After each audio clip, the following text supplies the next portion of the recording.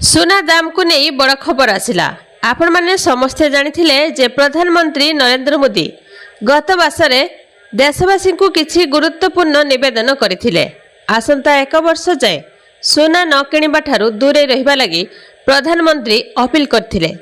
प्रधानमंत्री मोदींकर एही अपील परठारू सुना एवं रूपा मूल्य रे बड़ धरणर ह्रास देखिबाकू मिलिछि। इंडियन बुलियन एसोसिएशन डाटा अनुसार प्रधानमंत्री मोदी यही अपील करथिले जे सेतेबेले 24 कैरेटर सुनार मूल्य 10 ग्राम प्रति 1,53,000 टंका थिला। सेहीपरि रूपा किलो पिछा 2,61,000 टंका थिला। पश्चिम एशिया रे बढ़ुथिबा उत्तेजना एवं भारतर वर्धित आमदानी बिल उल्लेख करी प्रधानमंत्री नरेंद्र मोदी देशवासी को अण अत्यावश्यक क्रय स्थगित रखिबाकू अपील करथिले। भारतर विश्वर सबुठारु बड़ सुना क्रेता एवं आमदानीकारी देशमानक मध्यरु गोटिए। एहार सुना आवश्यकतार एक बड़ अंश विदेशरू आमदानी करे। जेतेबेले सुना आमदानी वृद्धि पाए सेतेबेले अधिक डॉलर देबाकू पड़िଥାଏ।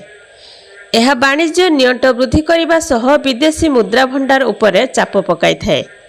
प्रधानमंत्रींकर एही निवेदनर किछि दिन परे सरकार सीमा शुल्क एवं कृषि भित्तिभूमि एवं विकास सेस वृद्धि करी सुना एवं रूपा उपरे आमदानी शुल्क को 6% रु 15% को वृद्धि करथिले।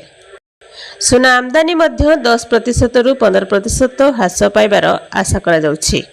प्रधानमंत्री नरेंद्र मोदींकर एही अपील परठारू सुना एवं रूपा मूल्य रे बड़ धरणर ह्रास देखिबाकू मिलिछि। आज भारतीय बाजार रे 24 कैरेट एवं 22 कैरेटर सुनार मूल्य परिवर्तन होइछि। आज 24 कैरेटर सुनार मूल्य 10 ग्राम प्रति 1,44,600 टंका थिबा बेले 22 कैरेटर सुनार मूल्य 10 ग्राम प्रति 1,34,000 टंका को आसी जाइछि। तो एभली भाबरे केतेबेले सुना दाम वृद्धि पाउछि तो पुणी केतेबेले ह्रास पाउछि।